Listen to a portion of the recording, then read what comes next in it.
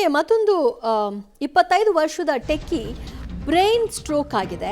ತಾಯಿ ಜೊತೆ ಮಾತನಾಡುವಾಗಲೇ ಆಕೆ ದಿಢೀರಂತ ಕುಸಿದು ಬಿಟ್ಲು.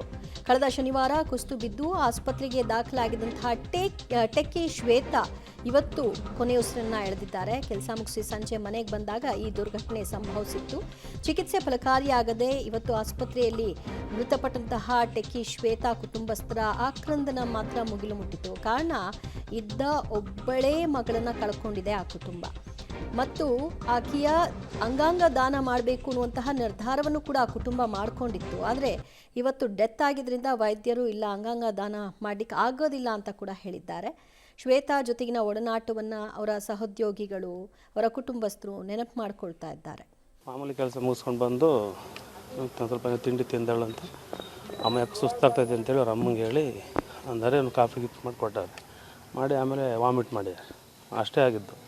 ಆಮೇಲೆ ಪ್ರಜ್ಞೆ ತಪ್ಪಿದ್ದು ಮತ್ತು ತಕ್ಷಣ ಹಾಸ್ಪಿಟ್ಲಿಗೆ ತೊಗೊಂಡೋಗಿ ಮಂಗಳ ಆಸ್ಪತ್ರೆಗೆ ಅಡ್ಮಿಟ್ ಮಾಡಿದ್ದಾರೆ. ಅಲ್ಲಿ ಒಂದು 10 ನಿಮಿಷ ಪ್ರೋಸೆಸ್ ಮಾಡಿ ನನಗೆ ಒಂದು 2 ಗಂಟೆ 3 ಗಂಟೆ ಒಳಗಡೆ ಮಣಿಪಾಲ್ ಹಾಸ್ಪಿಟ್ಲಿಗೆ ಕರ್ಕೊಂಡೋಗಿ ಅಂತೇಳಿ ಹೇಳಿದರು.